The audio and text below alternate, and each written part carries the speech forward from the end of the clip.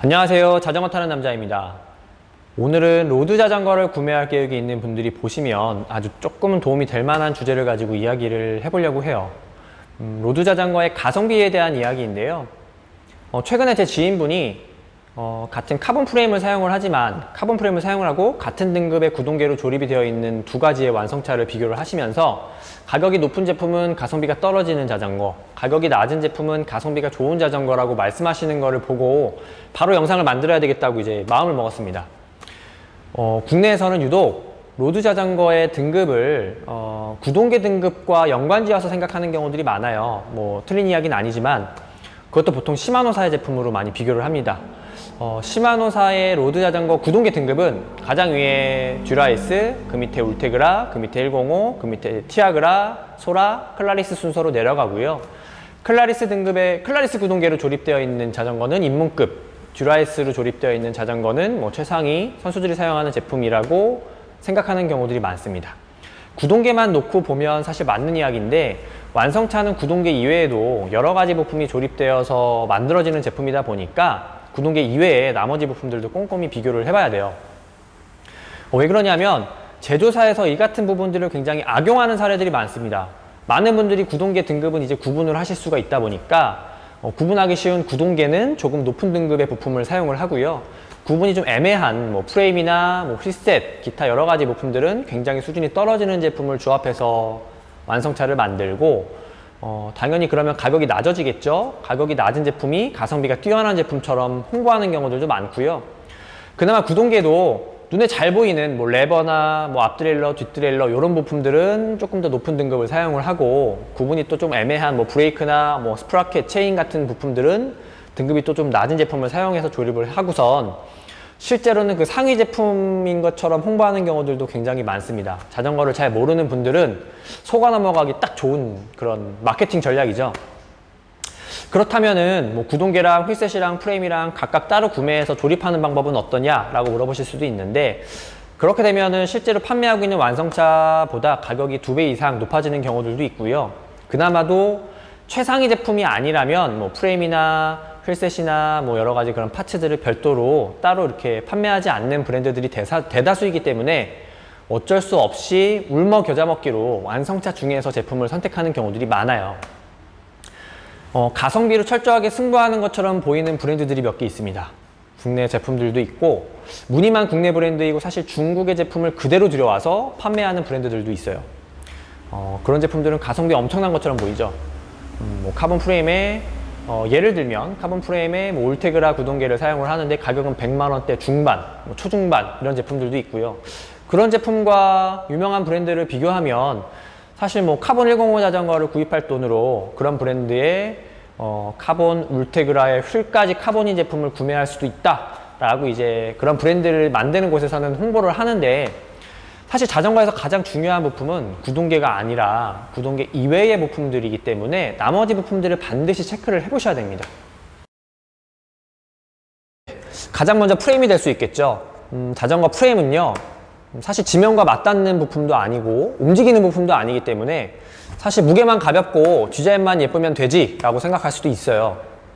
근데 바꿔서 생각을 해보면 자전거를 구성하고 있는 대부분의 부품들이 프레임으로 연결되기도 하고 그렇기 때문에 프레임의 그런 조금의 차이에 따라서 자전거의 전반적인 그런 주행 질감들, 성능들이 굉장히 많이 변하게 됩니다. 프레임의 형태나 무게도 중요하고요. 무게 대비 강성이 사실 더 중요하겠죠.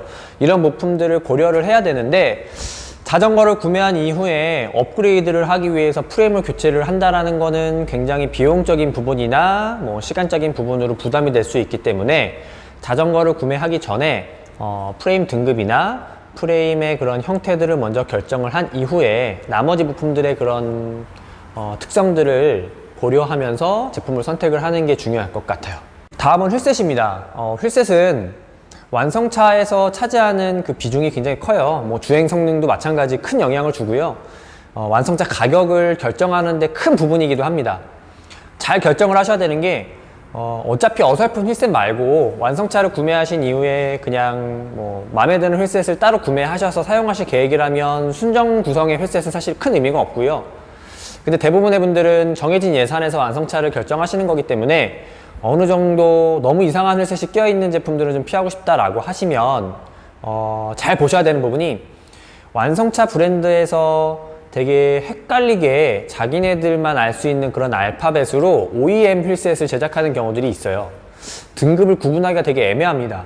물론 되게 유명 브랜드, 수입 브랜드의 제품들은 시설도 좋고 자체적으로 생산하는 그런 파츠들을 사용을 하고, 그런 제품들도 나름 그래도 쓸만한 제품들이 많이 있는데, 제가 항상 비교하는 건 철저하게 가성비가 좋아 보이는 것처럼 포장하고 있는 몇몇 브랜드들은 아무리 스펙을 찾아봐도 만든 당사자가 아니면 절대 확인할 수 없는 자체적인 그런 허브와 자체적인 스포크와 자체적인 림을 사용을 해서 굉장히 좀 등급을 구분하기 애매한 그런 휠셋을 사용하는 경우들이 많아요.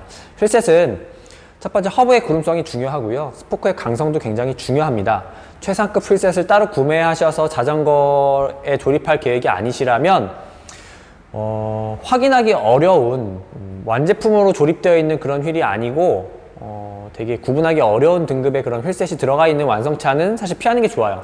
구동계 등급이 아무리 높아도 휠셋의 등급이 확 떨어져 버린다면 전반적인 자전거의 성능은 많이 하락한다고 보시면 될 것 같습니다. 휠이나 컴포넌트도 무시할 수 없는 부분입니다. 제조사에서 가장 티 안 나게 원가 절감을 하는 부분이기도 해요.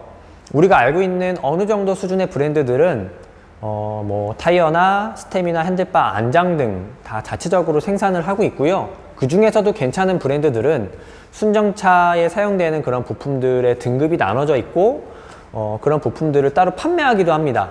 일정 수준 이상의 부품들로 조립이 될 수밖에 없는데, 항상 문제가 되는 경우는 출처를 알 수 없는 부품을 이용해서 조립된 완성차가 문제가 되겠죠.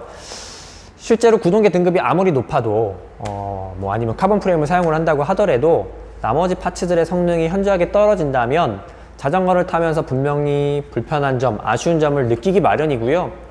자전거를 타다가 이제 추가적인 비용을 지출해서 그런 파츠들을 교체하게 된다면 결과적으로는 애초에 자전거 가격이 조금 더 높더라도 품질이 뛰어난 자전거보다 가성비가 떨어지는 거라고 저는 생각을 합니다. 간단하게 정리하면 가격이 낮은 게 가성비가 좋은 게 아니고요. 가격이 높다고 해서 가성비가 떨어지는 거는 아닌 것 같습니다. 가격 대비 성능비를 꼼꼼하게 비교를 해보실 수 있다라면 자전거 브랜드의 스펙표를 한번 비교를 해보시고 여러 가지 인터넷 검색을 통해서 부품 구성 등을 한번 비교를 해보시고 자전거를 결정을 하시는 게 좋을 것 같습니다. 물론 최상급은 가성비 같은 거 없죠. 무조건 성능입니다. 오늘은 여기까지 하겠습니다. 감사합니다.